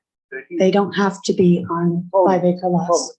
But the point I'm trying to make is, if we want it to be agricultural, if we want this to be a farming community, agricultural rural community, then we've got to at least let them have. The last point I'll make on this, my property. I live directly to the northwest, northeast of there. My property is half-acre lots. I can do more agricultural activity on my property than they can do on theirs. So for example, if I own 5 acres, RE20 zone, I could have a poultry farm. I could have cattle. I could raise all sorts of agricultural animals and slaughter them on the property, but they can't do that on the A5 zone. So we've constricted it to the point where you can have a chicken if you live there. And that's my biggest concern. Having said all of that, my opinion on it is the general plan needs to be fixed, and the battle for this whole issue where I'm trying to think of a word that's not spot zoning, but where we've selectively zoned parcels for half acre, 2.9 acres, 2 acres. We need to clean that up because we need to have some sort of clarification of what this is going to be going forward. Because what I see is half acre lots directly to the west, or 2 acre lots to the west, half acre lots to the east, and this parcel sitting in the middle of that. Mayor, if I may, Let me comment on that Thank- first, and then I'll let you comment. One of the difficulties in this area and what you're talking about is historical.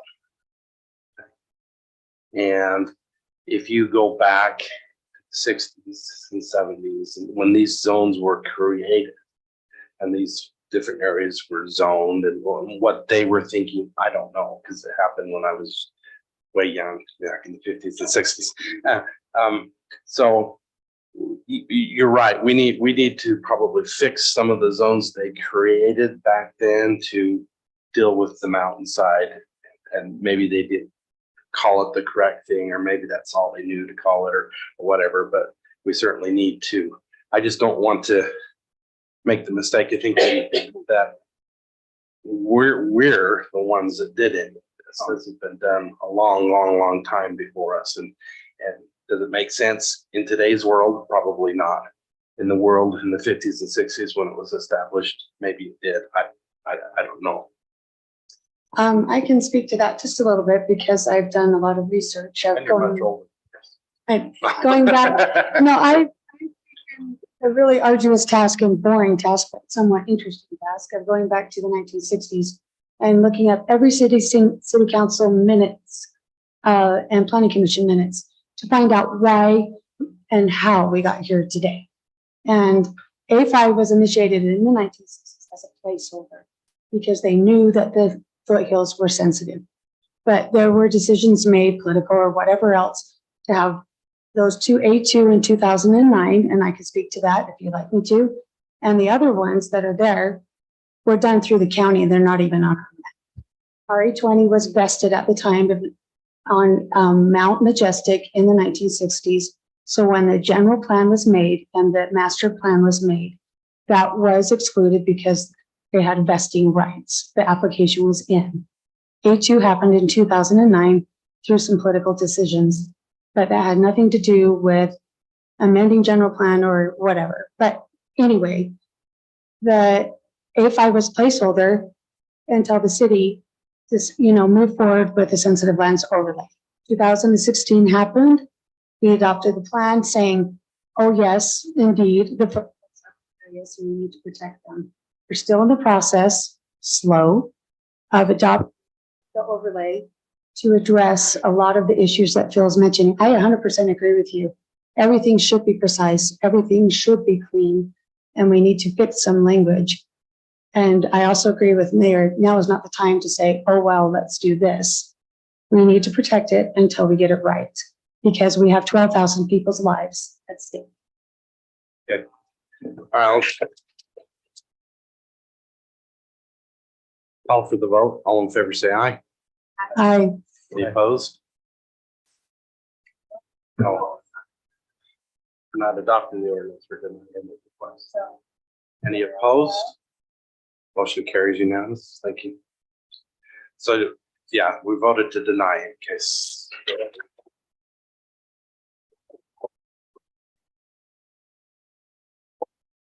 Thank you all for coming and for your emails and comments and being involved. And I encourage you to be involved in other matters too. Yes, please come, show up.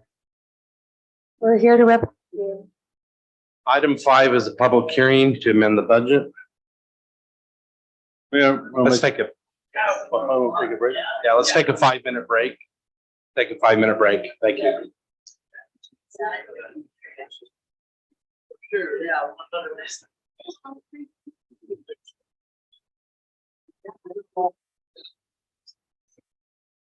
I did. I do too, but whatever. Sorry there. Trying to unscrew that. Oh, not you. It's just, oh, damn. Man, I must tighten that up way too tight.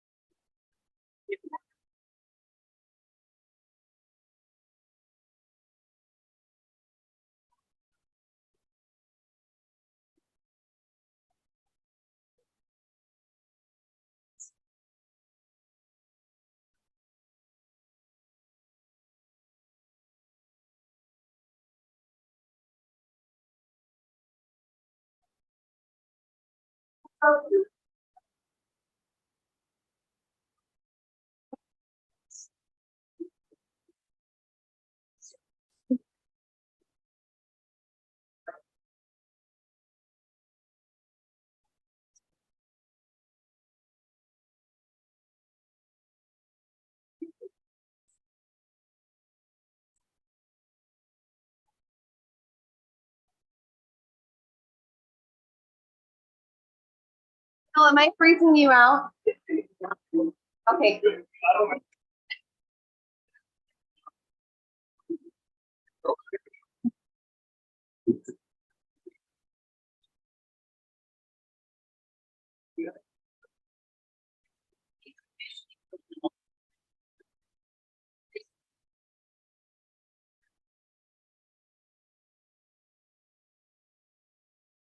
Thank you so much.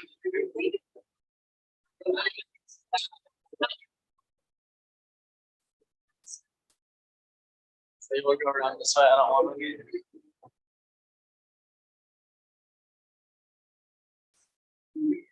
Thanks, guys.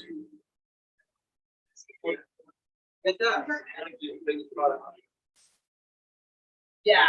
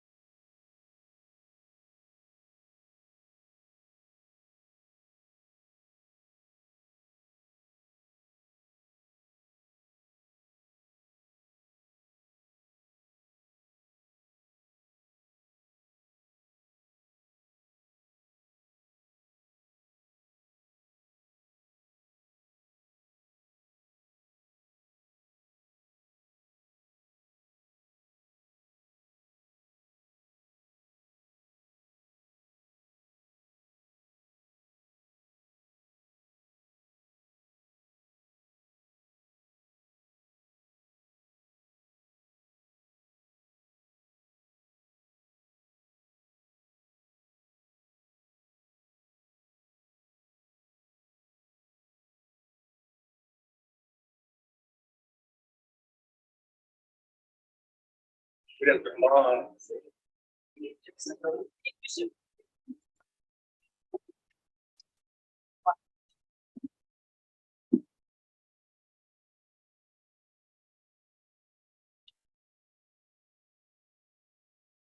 It's gonna be boring. You be quiet. Sarah, and. Yeah. Bueller. Look, she responded. Can I get the sergeant of arms to retrieve? See you, Danielle. See. Yes. I know, I had a little bit of water. Are we back on recording? Yes. Okay. We'll reconvene. Call item number 5, a public hearing to amend the budget. Mayor, I'll make a motion that we go into a public hearing. Second the motion. Motion by Gibson, second by Marriott. All in favor, say aye. Aye. Laurie? So last meeting, we amended our fee schedule to include that fee for the children's market. And so we're going to increase our revenue by $750,000. But then we're also in doing the project, the children's market event, we're going to add 1,100 to our budgeted amount of 1,500 for a total of 2,600 for the Santa Children's Market event. And then the net of it is 350 that we'll have to get into our general fund carry over.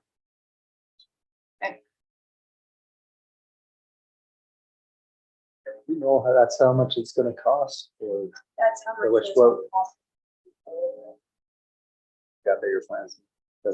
And so too, you'll recall in the last meeting, that we had the special meeting, we had the fee established for the children's market as well. So the funding will go toward that budget. The rental of tents is quite expensive, but we already have a tent that we bought with the grant that we use like once a year for Founders Day and the car show and for groundbreaking. So all we're doing is we're getting panels to serve it, to rent them, see how it goes. And that's it.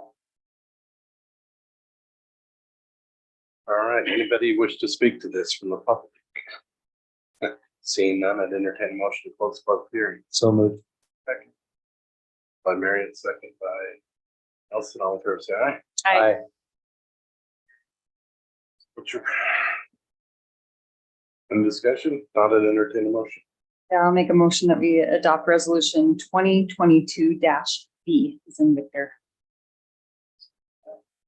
Motion by Arrington, second by Nelson, roll call vote. Arrington, Yes. Gibson, Yes. Marriott, Yes. Nelson, yes. Fury. Motion carries. Thank you. Or that starts. It'll be fun. I'm putting it out on social media today because we allowed the residents first to email. And so now the social media is fast. Oh, it already went out. The email. No, we can't charge it first. So it's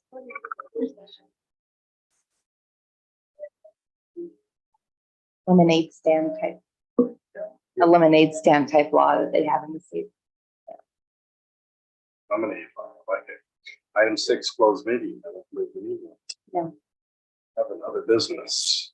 Chief, I think.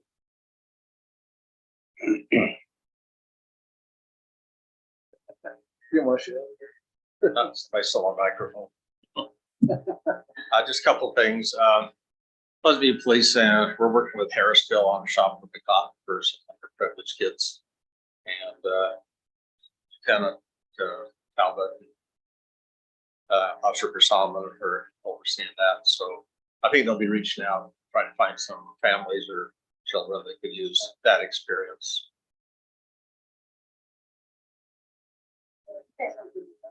Yeah, so we'll locate some kids and we'll think that's just a great thing. We'll work with them on that. We're working on a sex abuse case out of Idaho. So for Pleasant View in 2021. 12-year-old girl, the suspect and victim are now in St. Anthony, Idaho. So logistically, it's kind of a nightmare for us, but we're pursuing it. And if there's something there, we will handle it appropriately. And I had an individual today, myself, Officer Solomon and Officer Goodpasture, had a little gun incident on Pleasant View Drive with an individual that we had a gunpoint for about 15 minutes until they finally decided to get out the gun. Oh, It ended up good. We got a felony arrest out of it. Just an intoxicated individual pulling a gun on somebody else and then on us. So we did get it worked out. Nobody hurt. Bad guys are gone. So we have a good team that took care of that. Other than that, we're staying busy and business. Thank you. Tyson? We had our new hire inspectors start today, and April, if you see her around, get her settled in and start getting a handle on the stormwater inspections and some of the other deficiencies with the things we look into. And then our stormwater street superintendent, Michael, is going to start on Monday, the 21st. So I did finally fill those two positions. And that only took 2 years, right? At least for that. take it one. off the marquee now. Yep, we'll get it off the marquee and we'll just be down to the one tech. There's still some applicants. I'm gonna try to set up some interviews after he gets here after Thanksgiving and have him part of that process and be part of hiring at least one of the members that'll be his main group. And the other big two is had a couple of leaks. It's the leak season, so had a midnighter just the other night and Sunday night, and then the one so earlier. So Was it the cold or what? What? yeah, He says lake seasons.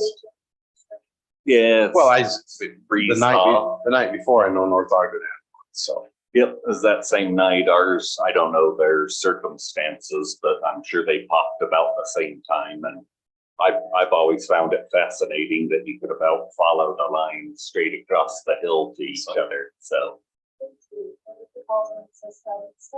the after? Sure. I'll look it up. And it's like, the guy, the water will break in the road and then outside of the car. Yeah. Just like the guy. yep. So cold. Oh yeah, those are late nights, in winter, and yeah, it's definitely, so that's when you get the sheared pipe. It'll do generally the full circle, and those aren't anything maintenance can stop. It's gonna happen when it's ready to do it. Usually your maintenance related ones, high pressure, any issues in your flow, it'll blow big holes in the side. Those are the ones you see the geysers usually coming out because it's such a focus point. So And like structure fires in the fire department, they always happen when it's 104 or 20 degrees. Yep. It doesn't seem like a nice spring day you have a structure fire. no, it's not at 9 a.m. when you start your work day. It's always 2 a.m. or something. So Tyson, that makes me have a question. Was one of the breaks right there by the roundabout? And that big patch? yes, yep. So then when will we patch that? When does that get covered? Will that be for the snow flies? Like, so Yeah, usually you'd get that, seems like you'd get a November pave where you could still do hot mix, but it's not looking that way. So we'll probably just have to temporarily patch it with cold mix, which never holds up as good. So maybe in the next week or so, we'll end up just covering them up.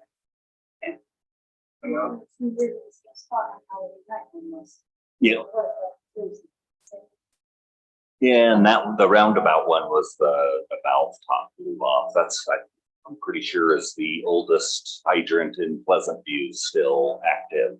It's the valve that was too. So, and then that's the bolts are generally a weaker metal and they just deteriorate over time, and then the pressure just pops the top right off.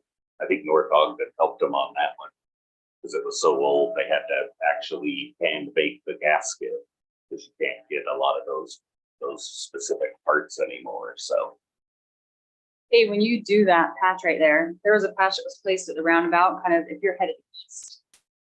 There's a really bad pothole right there, and it was patched for a few days, and now it's gone again. So just look at that when you do the other piece right there. I mean, they're super close to each other.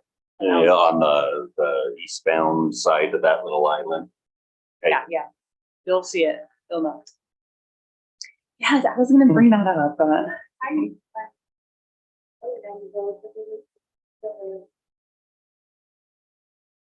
Okay, is that it, Tyson? Yeah. Dana, if you have anything?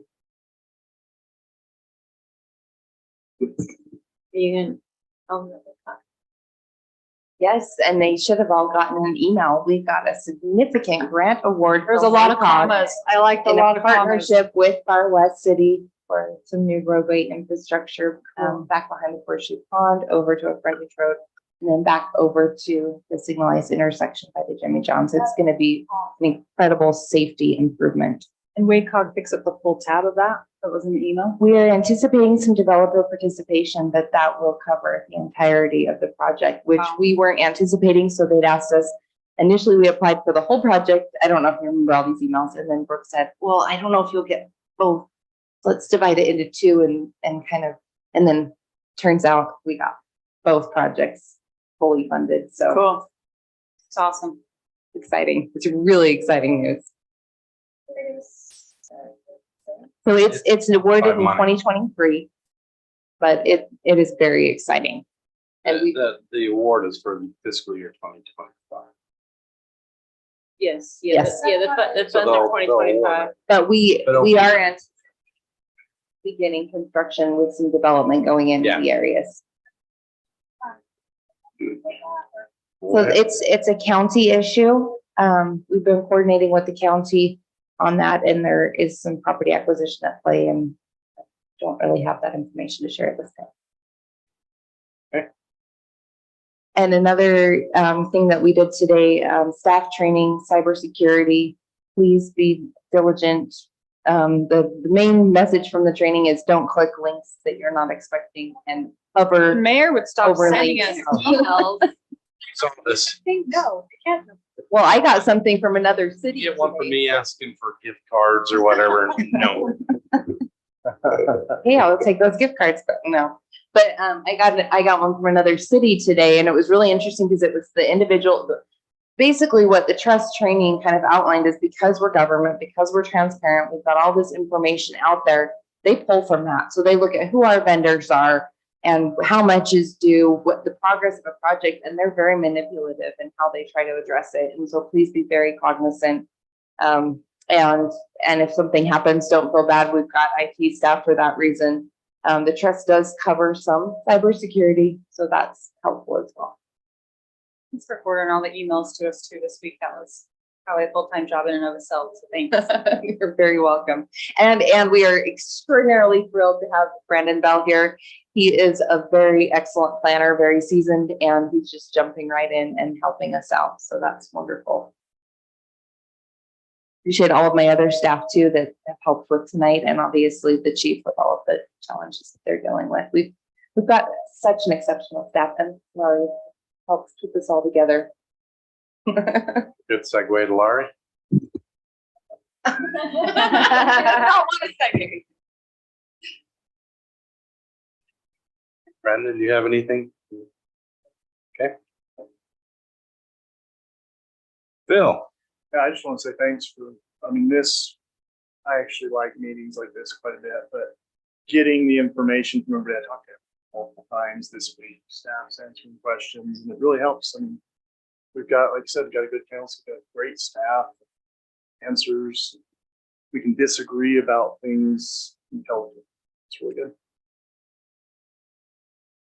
I believe we probably will have to run the amendment, start at step one through the planning commission and follow that all. Yeah, so with the direction this evening, we fully intend to get that notice for an upcoming planning commission meeting. I'll need to coordinate with Brandon on when we want to do that. My guess would be January or February, and kind of get the ball rolling on that to clean up the general plan.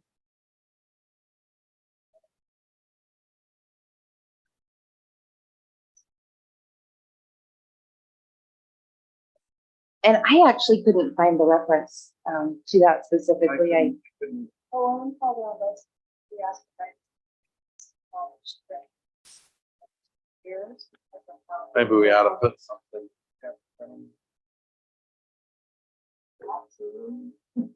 Yeah, I can definitely add that to our list to look at. Bill, thanks for taking the brunt of the first public comment too. So I wanted to note on the record, by the way, I just forwarded that email to everybody, so my only comment, I can't answer your specific specified legal questions. I can't do that. And so I'll get them better answers if anybody can help on the answers. I just forwarded the email. Well, I don't either, but we'll talk about it stuff tomorrow so I can find out exactly what he's talking about. Yeah, I forwarded it. Okay, anything else? Yeah, Oh, thanks. With the help of Sarah and Amy here, maybe a little bit, we're taking the pickleball grant and we're gonna reapply. So we're gonna try and get some more funding just for the cost of, So when you say we're taking, well, we are Okay. gonna take it or we're gonna we're not gonna, turn it back? we're gonna turn it There's a back. reason why, Fine, I understand that, but and lots of other cities are having their proposal or they're Resubmitting a new proposal, and that's what we're looking to possibly do, yeah. Just with the cost, the increased cost of concrete and everything, it's gone sky high. So, we're gonna reapply and still a little bit more and we're working on it. asked for guidance from, somebody who, people that oversee that. So. But I would recommend just with ramp, and sorry to cut you No, off. I was asking your input With on- ramp projects, if you have ideas, I kind of have a little bit of a running list. I'd be happy to email that out and maybe we could have some dialogue at the next council meeting, just so that we can get those applications in, because we can apply in the various categories. So it's something that should be absolutely considered, and I'm happy to help coordinate those applications. So recreation, arts, museums, and parks. So.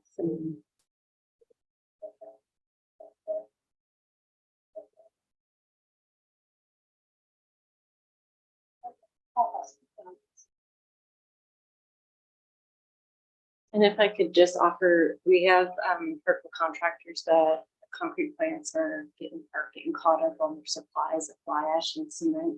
So that should help bring costs down. And also we're seeing a lot more contractors starting to bid projects that we hadn't in the past. So good, the prices will rise. yeah, We have our, like, in the market, Santa Claus, rice, December. October, damn, wow, I missed it. Yeah. So, Cindy had, starting out the last two residents to sign up on the sports site, give them a heads up first, and then work it out on social media. And, should be a really good license is gonna help out with it. Have a great shop license about. The Thanksgiving meals with Mike. He's having a hard time finding turkeys, so he's finding ham. He's fine. And so probably on Monday before this. That for a while. Time is December 10th. It is from 10 to 1. No one.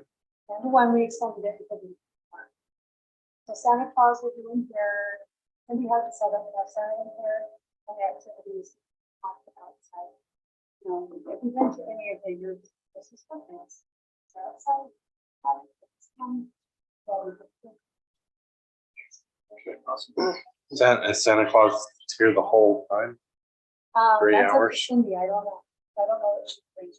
So she's spearheading us and support. I can ask Cindy to get some additional details together right now. It's a long time. And we're doing also, we did it last year. I took pictures and I edited it down, so you can do pictures of them. So,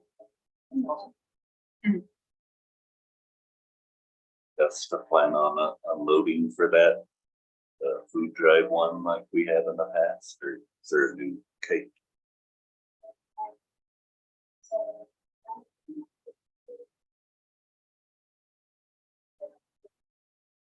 I can do that. Yeah.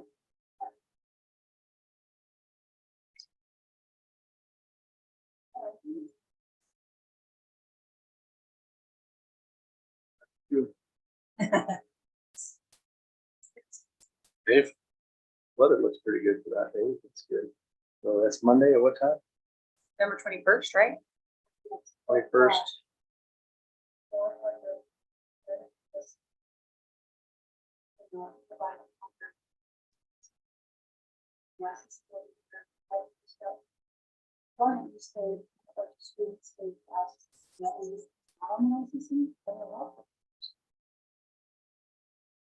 Biggest challenge is just knowing families to make it to that thing. We have some list, but if you guys have some questions, so please.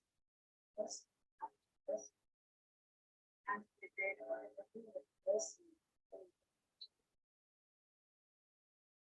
Barry, you should take more credit than I am on that, for sure. I don't know. Dave, you know, Dave? So Phil, and I remember voting on that sewer thing. And it's not that we just gave somebody the connection. I'm pretty sure it was in conjunction with some work we were doing in the road, and it just, we were in the hole and stuff that was done there. It was added just a small amount to. Yeah, and they paid for everything out of the right of way. Wasn't like. So it's not like it's being portrayed that we're just doing something for the city, and this. Anyway, I won't say any more about that, but I was glad to have a term. Mayor normally gets his terms. I was glad. well, but it's just there's always more to something like that, and it was very appropriate. You know, we're not going to vote to do everybody's sewer line. It's just ridiculous. It was, and I can't remember the exact details of that. Let's get him. We'll send it to him. But absolutely remember that it was part of a project, and there was some connection or something that was right there that we just did it all at once while we're in the hole. Well, the fact that it was unanimous, even though we can't remember, I mean, just like, Well, it's just, I mean, I remember it for being an issue because we did talk about, you know, public-private thing where it stops. The extension. But anyway, it just, I'm pretty sure we're not in the right. The other thing, and I know on the heels of this meeting, and Mayor, thank you for being back. I chalked up several black marks, and Phil, I'm sure is keeping track of those, or Ann. One of them. no. Thank you for being back. But you know, we are going to have some issues with these above 4,300, especially as 4,300 is developed, and that transportation is able to go out there. I don't know how to do it, and I didn't want to comment today because I usually say, "Shut up, I speak too much." But we are, and I don't know how to do that. I don't know how to develop that in a good way. I look at North Ogden, and I think they've done, you know, they're just going up the mountain, and I don't think that's what we want. But it is, you know, and we can play that, we can play water, and all those different things are important. But at some point, there's going to be something going on up there. And you know, Dave hit it right on the head. You know, we feel okay, this prove this, and the floodgates just open up, and we're not prepared for that. And water and infrastructure and traffic, and all those different things. But and I don't know how we look at that. You know, the city founding fathers in 1960, whatever it was, you know, had a little bit of a vision that we're 60 years removed from that. And what do we do to honor that and keep that going to? You know, I mean, I think we've done wrong even below Pleasant View Drive. You know, Mayor says it's west, I say it's south, whatever it is. Southwest, you know, that's just full up, and every little piece is now developed through there. Have we done right in that? Yeah. Well, you know, we talk about parks, and we have parks here, but we don't have anything in those subdivisions down there.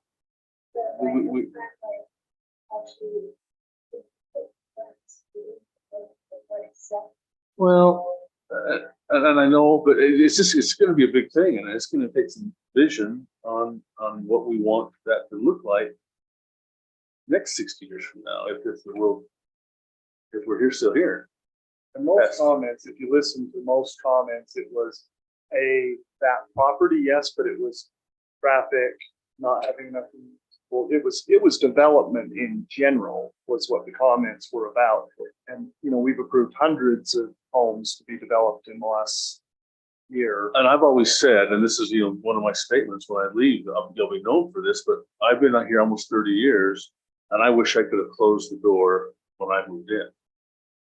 But you wouldn't have been here, Dave wouldn't have been here, Sarah would still. Okay, I would have. I've been here 31 years, so I was walking around all these In your fields. subdivision, even up there though?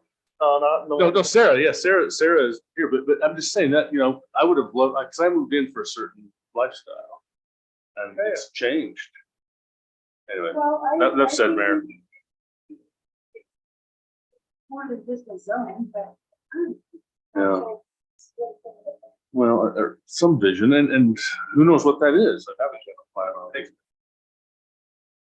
All right, thanks. While I was gone, I believe somebody brought up the Christmas lights that we had a volunteer.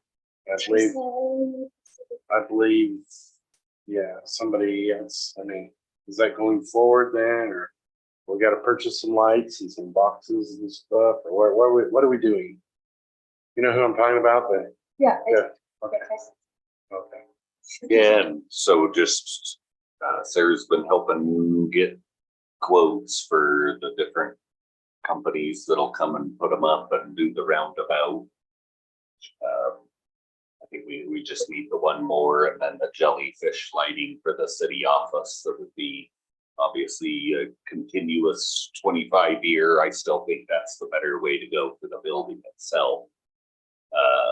If we do decide to and do the roundabout with the company, you know, at least you have the option if we get staffing or get in a better place and, you know, don't want to continue because that one's a reoccurring. You buy the lights or lease them from them. They're, you know, built the suit and you can add to them later. The one you can end up just taking them, you know, they're yours, your lights, they store them, they put them up. That obviously has pros and cons, and so it's just some options to do. Enough of the roundabout, we had one tree. No, that was the big thing, and I don't think we haven't purchased new ones. No, that's not. You know, and last year was a little bit embarrassing. It was pathetic. I was For embarrassed. for the tree, I mean, it just. No, these guys are gonna make. Would not disagree. Well, because, you know, but No, we have local people. They're awesome. Like They promised not to just take it. Jill Minn's Throw it up. brother, pregnant with their woman, and also Kevin Green and those guys, they have some. Good. Wanted to make sure that it didn't fall through the cracks while I was gone. No, and it sounds like with both of them, obviously, we've asked what the time frame would be, and it looked like, sounded like it would be right after Thanksgiving if we can get them an answer. If we get the one more, we can get them an answer with the budget, so. The jelly. are these local people donating or? Yeah, that sounds like a charge. Kevin's not gonna do it. They, the guy that talked to you, or they, I'm not. Yeah. So when I say, I mean, we have one tree.